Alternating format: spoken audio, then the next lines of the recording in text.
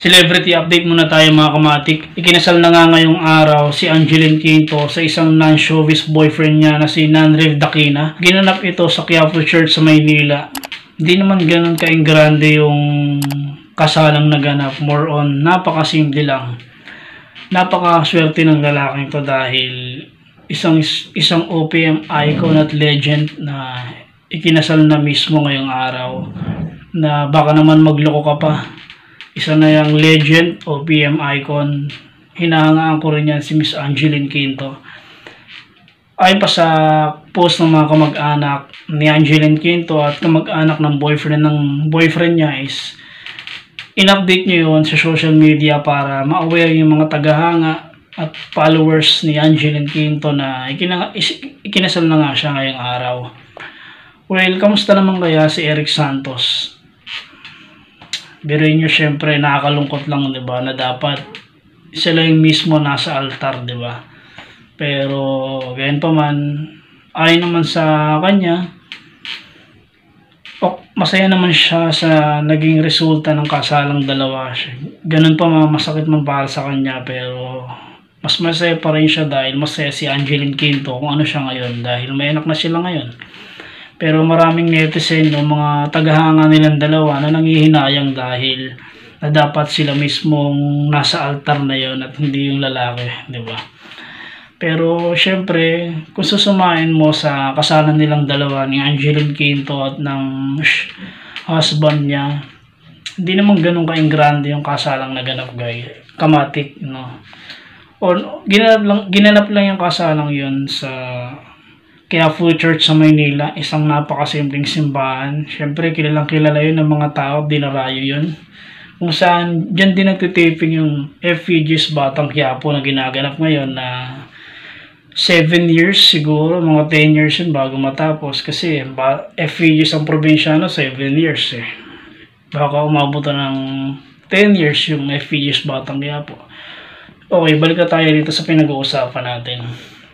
Makikita mo sa Quiapo Church, isang napakasimple lang.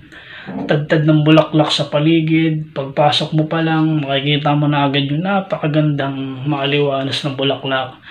Mula pagpasok pa lang ng simbahan sa loob, makikita mo na yung bulaklak na napakaganda. Halos kahit saan kalumingin paligid, napakadami ng bulaklak. Pero ganun pa man, kung ano man ngayon si Idol Angeline Quinto, kung saan siya masaya rin kami para sa kanya dahil at least natupad niya na yung pangarap niya na magkaroon ng napakasimpleng pamilya. Pero ganun pa man, isa na rin ako sa nanghihinayang na dapat si Eric Santos at si Angeline Quinto na dapat silang ikakasal. Pero ganun pa man, hindi man natin alam yung bunot dulo, pero kailangan natin tanggapin, di ba? Kahit na ano man ang pinagdaanan nilang dalawa, ano man ang pinagdaanan ng love life nilang dalawa, kung ano sila ngayon, mula nun hanggang ngayon, support pa rin tayo, di ba guys? Di ba kamatik? Ilang naman yun eh. Kung ano ngayon ang idol natin, support pa rin tayo, syempre. Hindi naman mawawala sa atin yan eh. Habang isuot naman ni Angeline Quinto sa kanyang kasal, napakaganda, para siyang anghel na bumaba sa langit. Napakahaba ng suot niyang gown, halos yung nasa likuran niya, ang haba.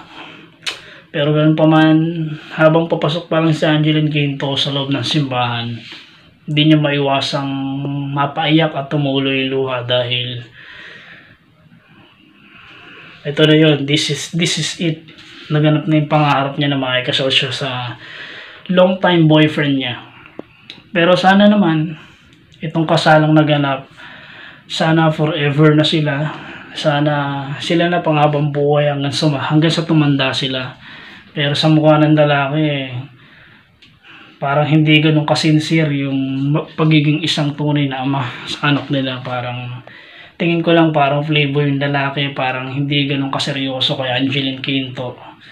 'Di ba? Parang hindi ganun ka-excitement tulad ng nararamdaman ni Angeline Quinto nang ikinasal na sila.